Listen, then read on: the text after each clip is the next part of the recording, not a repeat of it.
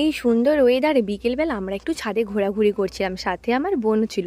তো তারপর ছাদ থেকে নেমে আসার পর আমার হাজব্যান্ড মাখন আর তার মাসিমণিকে নিয়ে বাজার থেকে ফুচকা কিনে এনেছে। তো আমরা সেটাই সন্ধেবেলা ফুচকা পার্টিটা সেরে নিলাম। তারপরে আমরা কিন্তু টক জলের সাথে সাথে আমি কিন্তু বাড়িতে একটা বাটিতে একটু টমেটো সস আর কাসুন্দি সস দিয়ে ফুচকাটার খাচ্ছিলাম। দারুণ লাগছিল কিন্তু খেতে। তোমরাও কিন্তু মাঝে মধ্যে টক জল বা এভাবে সস দিয়ে খেয়ে দেখতে পারো, দারুণ লেগেছিল। তো মোটামুটি বাজারে কিন্তু দাঁড়িয়ে খেতে খুবই ভালো লাগে ফুচকা, বাড়িতে অতটাও ভালো লাগে না।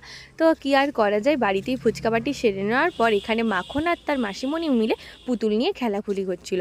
তারপরে অনেকটা সময় কেটে গেছে, এদিকে আমাকে রান্নাঘরে ডিনারও বানাতে হবে।